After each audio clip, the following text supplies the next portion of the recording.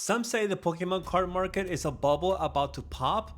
Others believe it's just the beginning of a second boom. Later in this video, I will give you my take.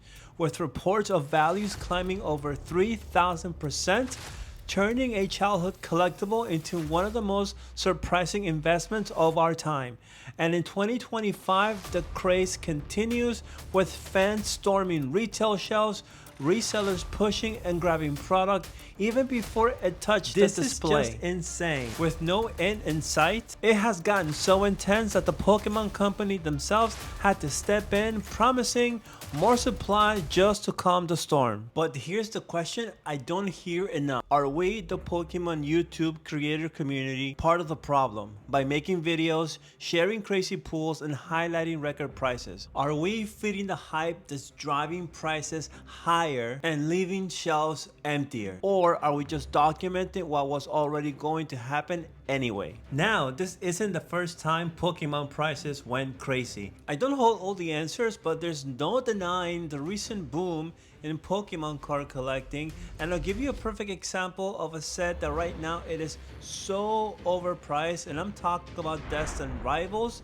It's incredible how much a booster box is going for, let alone an ETB, and most of the singles, especially the chase card in this set, the Mewtwo, is hitting crazy PSA 10 prices that just boggle my mind, and I'm sure it does for you as well. Now, don't get me wrong, holding and owning Pokemon cards over the long period of time has appreciated in price. All you have to do is just look at most vintage Pokemon cards. Well, if you thought Pokemon was just for children, the secondary market for certain Pokemon cards disagrees. Since Pokemon trading cards were introduced in 1996, prices for some first edition cards have appreciated by, get this, over 10,000%.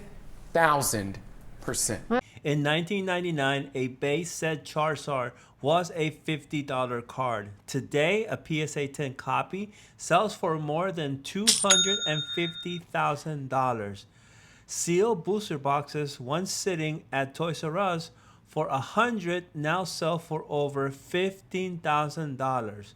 And the amount of value that have appreciated over that time has been a good return on your investment. But we're talking about here vintage base set Pokemon cards, not modern sets that have dropped over the last 4 to 6 months. Yes, there's FOMO now. People just chasing dollars at this point because of the crazy prices and appreciation in value that has taken place over the last few months. So who's to blame for this, and why does it feel like the hobby is being stolen by people profiting from reselling, scalping popular Pokemon cards, especially the modern sets that have been dropping over the last few months? I could say I'm a scalper, so to speak. Mainly I'm gonna just resell them, but I'm still gonna rip some boxes open, and there's no shame in my game. It's America. If there's profit to be made, someone's gonna be there. Might as well be you. First, let me address for all of you who feel like the hobby has been hijacked by resellers who are just chasing dollars at this point. You are not alone. The hobby is becoming so expensive for average people to buy Pokemon cards. If you are at a store taking all the packs away from a kid, this hobby's gonna die out in like a couple of years. And the reason why it's becoming expensive is because most average collectors are unable to get their hands on product at MSRP, resulting in buying in third-party markets like eBay or even from your local Pokemon store, who by the same token tend to price their sealed product a bit higher compared to retail stores like Walmart, Target, and even Costco. Here's the reality of the situation in my opinion, and the facts are that Pokemon card collecting right now is at its all-time high in popularity. You have videos like the one I'm making right now here on YouTube talking about Pokemon card collecting and talking about value of cards and how crazy prices are jumping from month to month.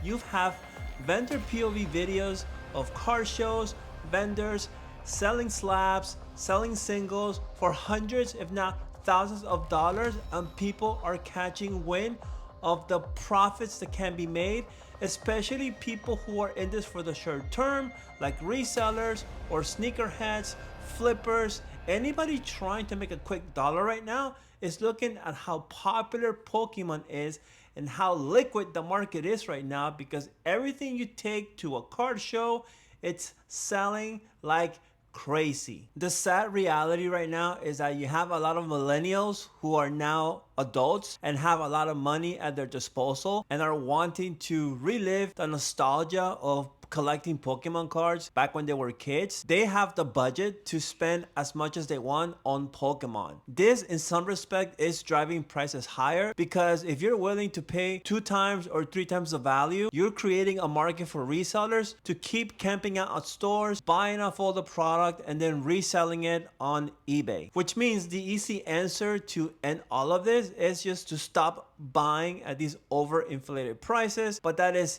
easier said than done. The demand right now for Pokemon is so outrageous. So I was just in Walgreens and I was looking for Pokemon cards because I love to collect them, and I realized that there's like none left, and that's because of used scalpers. I see videos all the time of like people catching a restock, and you just see like these big dudes like going in and grabbing as much product as they can. That I don't see this slowing down anytime soon, which is bad news for collectors, because it's gonna make it that much more difficult to find brand new sealed product at a reasonable price. And it's only going to get worse with the Pokemon Company already releasing the new set Mega Evolutions and all the new product that is going to be coming down the pipeline. And let's not forget the Pokemon 30-year celebration set, which is due to launch sometime early to mid next year. And this is my hot take on the Pokemon collection hobby as a whole. What are your thoughts? Please let me know down in the comment section. Are we cooked as collectors with trying to get Pokemon product in the foreseeable future? Let me know what you think down below. Is this going to get worse before it gets better? Only time will tell, but until then, happy collecting. Don't forget to like, subscribe, and I'll catch you on the next one.